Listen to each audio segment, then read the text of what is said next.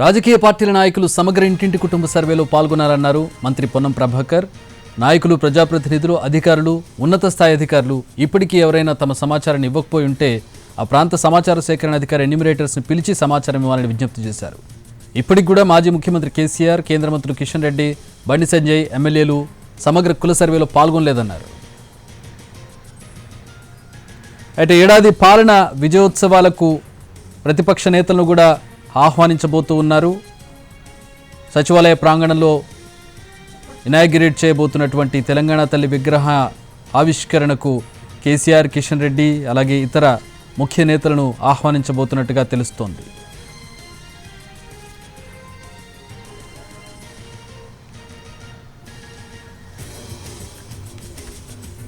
మా ప్రతినిధి చారి జాయిన్ అవుతూ ఉన్నారు. చారి, ఎవరెవరికి ఆహ్వానం పంపబోతూ ఉన్నారు? అలాగే మరొక కీలకమైనటువంటి కామెంట్ చేశారు.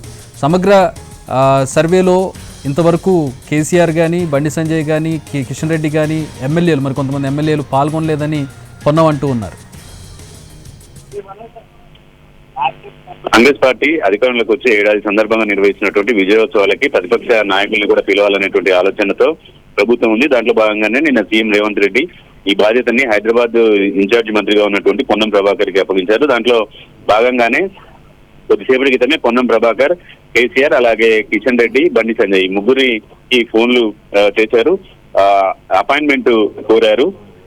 రాష్ట్ర ఆవిర్భావ వేడుకలు అలాగే తెలంగాణ తల్లి విగ్రహ ఆవిష్కరణకు సంబంధించినటువంటి వేడుకలకు ఆహ్వానించడానికి వాళ్ళ అపాయింట్మెంట్ కోరారు. అయితే అపాయింట్మెంట్ కు సంబంధించి ఇప్పటివరకు క్లారిటీ లేదు. అయితే ఈ వేడుకల్లో అందరూ పాలు పంచుకునేలాగా ప్రభుత్వం చొరవ తీసుకోవాలనేటువంటి ఆలోచన ఉంది. దాంట్లో భాగంగానే అందరినీ వెళ్లి నేరుగా కలిసి ఆహ్వానాన్ని అందించేటువంటి ఆలోచనతో ప్రభుత్వం ఉంది. ఆ బాధ్యత పొన్నంకి అప్పచెప్పినటువంటి నేపథ్యంలో ఈ ముగ్గురు లీడర్లను కూడా కోఆర్డినేట్ చేస్తున్నారు. ప్రస్తుతానికైతే అపాయింట్మెంట్ కు సంబంధించినటువంటి ఖరారు అయితే కాలేదు.